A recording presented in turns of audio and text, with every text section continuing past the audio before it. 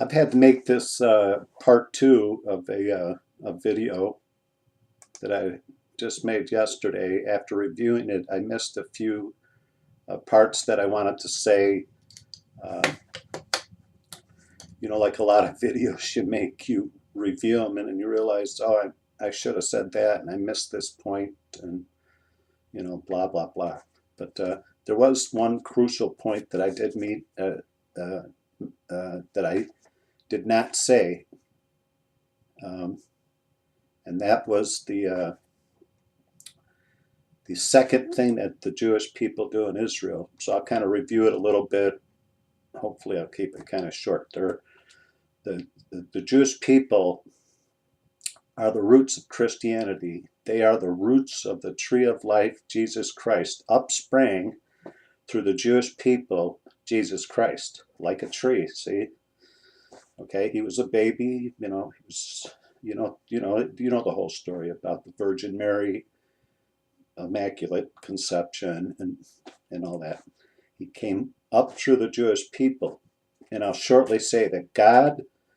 The Jewish people, they started out as Hebrews through Moses, the Jews, and then Israel. They're all the same, you know, through the lineage of Abraham and Isaac. You know, God's chosen people. Moses, the law was given through Moses. Grace came through Jesus Christ. Okay? The Jewish people still live by law. They don't believe in Jesus, most of them. Okay? Now, God formed a people. This is very crucial that you know that you remember this. God chose them as a people, and through an enormous amount of suffering on both parts. You know, they suffered for what they did. God also suffered. Don't think he didn't. A lot of things they did broke his heart, and through a lot of suffering together, he formed a people that will not lie. The Bible actually says that. He formed a people who will not lie. And then, of course, one of the 10 Commandments is, thou shalt not bear false witness. So he produced a people who will not bear a false witness. They will tell the truth to what they witness. Their witness is true, the Jewish people. And it's been my observation for many years that most Jewish people, I want to say all, but that wouldn't be true, would it? Most Jewish people do not lie at all. They are an extraordinarily honest people. They bring in an enormous amount of beauty into the world. They bring an enormous amount of medicine, I call it, to an ailing world through God. They are endowed by God. Do you understand? They bring beauty and truth into the world. They are a people who will not lie, nor will they bear a false witness. Not all of them, but most all of them. Do you understand? Good or bad, they'll tell the truth. They killed the prophets. They also were in some of the Jews. You know, it's unfair characterization to say the Jews killed, crucified Jesus is not exactly true, is it? Some Jews followed him, okay?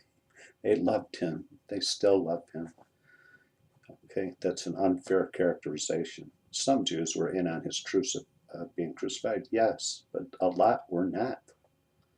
So it's an unfair characterization. And it causes a lot of damage and hatred and, you know, the things that are not good in this world. But nevertheless, so he formed a people who will not lie. They will not bear a false witness. It took many years of suffering. He got them there. So he needed a people that would tell the truth, that would bear a true witness to bring Jesus Christ, the truth, into the world. Jesus came into the world through the Jewish people in the lineage of Abraham, Isaac, and Jacob. Okay? He was brought through the world through the most honest, truthful, true witnesses in the world. It had to be that way. That makes good sense to you, doesn't it? It had to come. He had to come through God's chosen people because they would tell the truth, good or bad. They were in on the deaths of the prophets. They killed the prophets because they didn't apparently like what the prophets had to say, but they kept their writings. Now, the book of Isaiah, the writings of Isaiah, it's a well-known fact to a lot of Christians, a lot of people in the world, that as they call them, the Dead Sea Scrolls, were found by an Arab boy. He was Arab. He was not Jewish, and thank God he was, because it could have sparked a big controversy in the world. He was a young Arab boy, found the original writings of Isaiah in what they call the Dead Sea Scrolls. It was very close to the Dead Sea. I've been there. I was in Israel in 1998. I saw it's by Masada, down in the area of Qumran, I think it's called. But nevertheless, the original writings of Isaiah were found, and they, from my understanding, match word for word the translation of the King James Version of the Bible. Now, they made a big museum in Israel that have, I believe it's copies of the Dead Sea Scroll. There might be little parts of it that are actually real, but could you imagine what they're worth in this world? It's priceless. There is no price. You know, you couldn't buy those writings with all the gold in the world. You couldn't. They are priceless because they support the Holy Bible in the Old Testament, which supports the New Testament too, indirectly. Okay. Anyway, what I wanted to really say is roots. Let me get back to roots of a tree.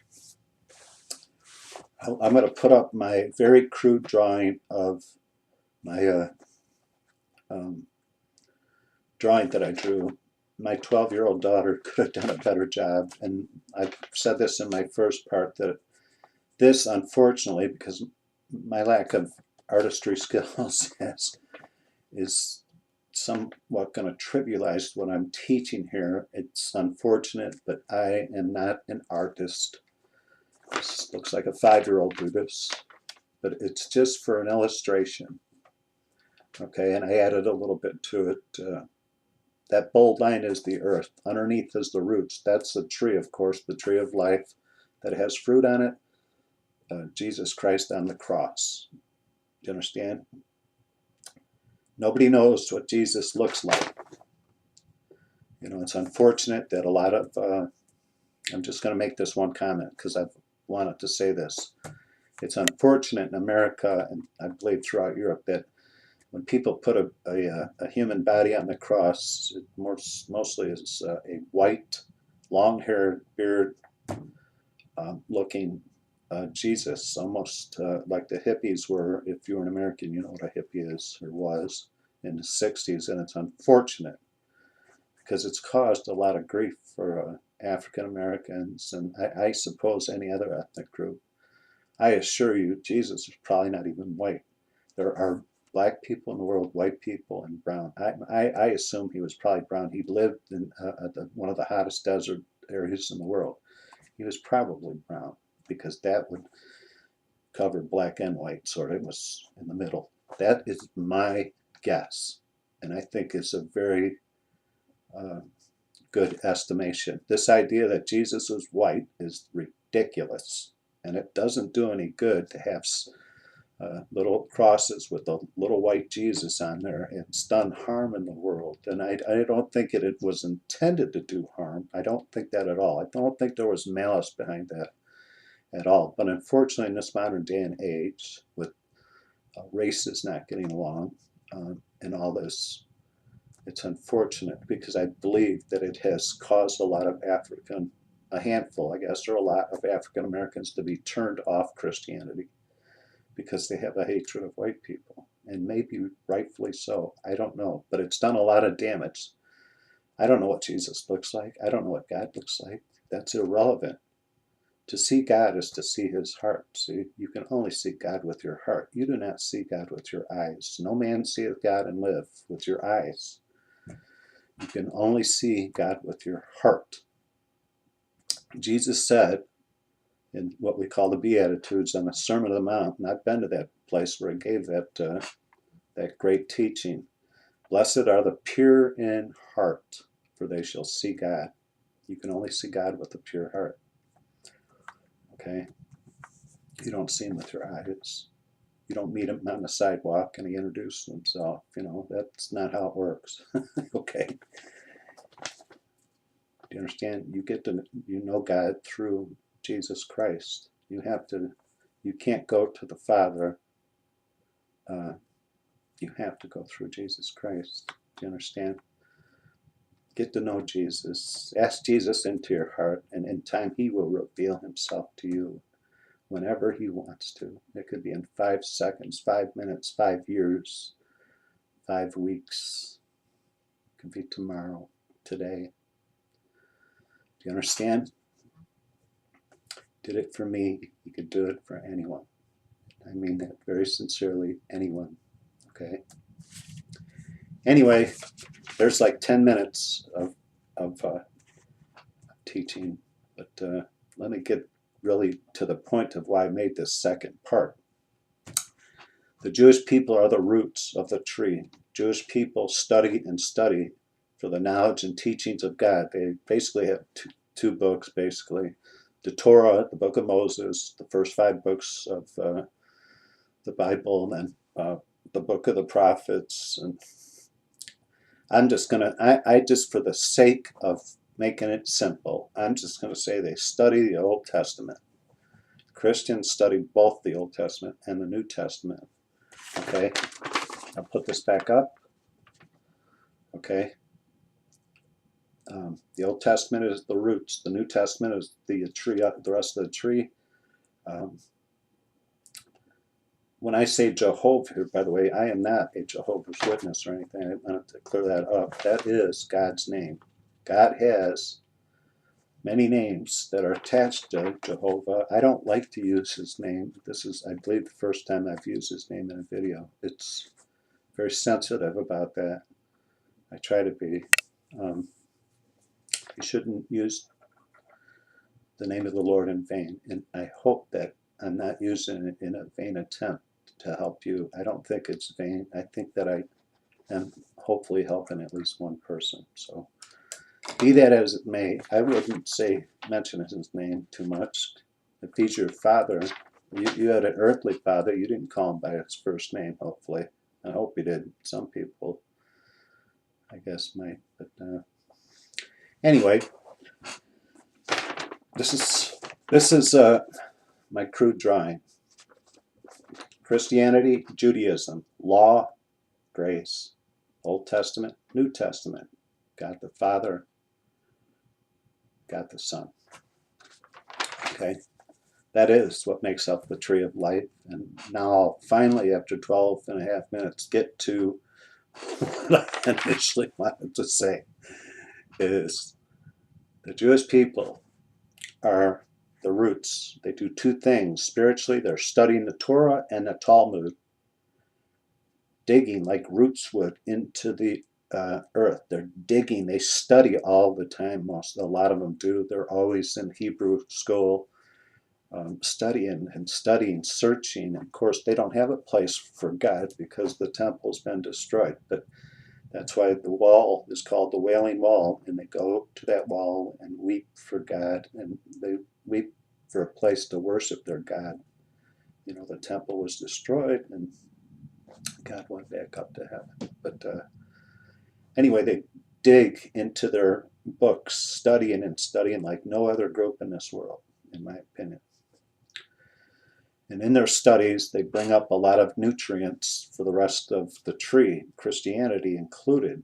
Now, you got to remember that when they rewrite the Torah, they do it in a kosher way, and they handle it with white kid gloves.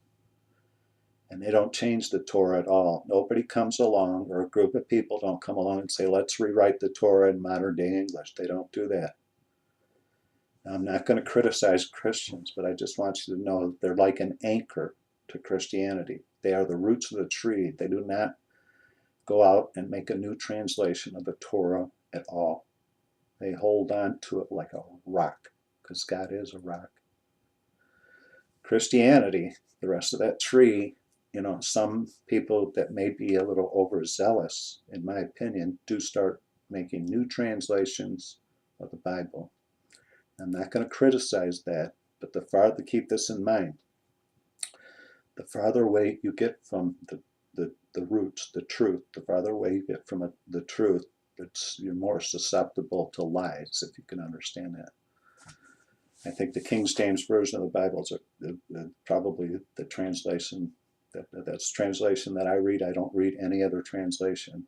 There's too many of them these days. See, there's 320 million people in America. I mean, do you want 320 million separate Bibles? No, that what see it causes confusion. Man's pride, see, causes a lot of grief in this world. But it is what it is. If you're comfortable reading whatever translation you read, that's your prerogative. Do you understand? That being said, I'll get back to the Jewish people are the roots. They're digging for knowledge of God, teachings of God, like roots do, and they bring up nutrients for the rest of the world to see.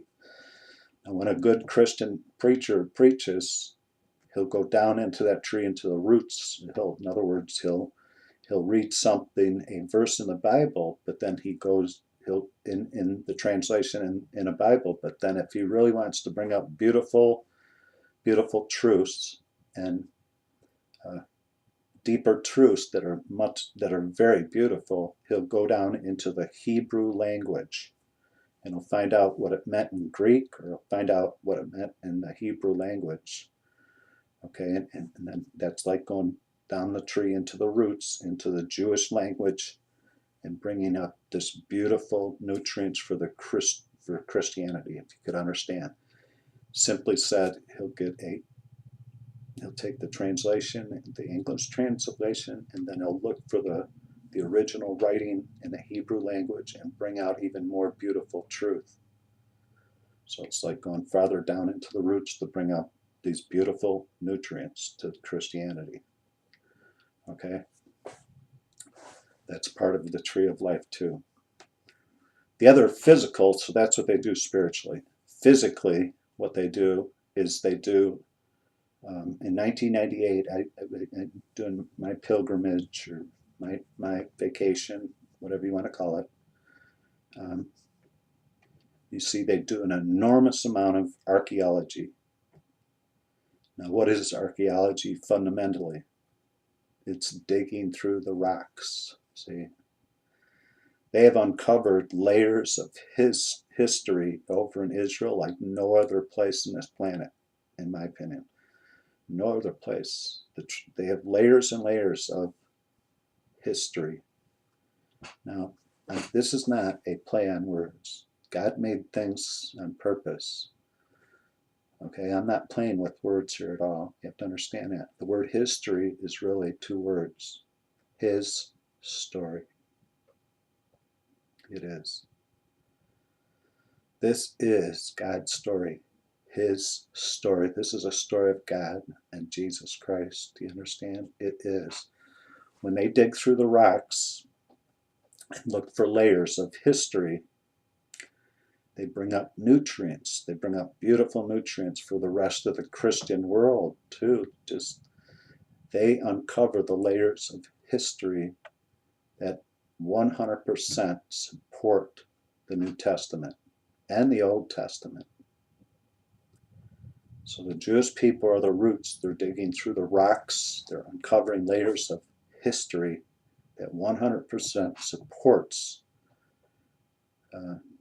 the Judeo-Christian religions. If you're a Christian, thank God for the Jewish people that do archaeology, because what they do after they uncover layers of history over there,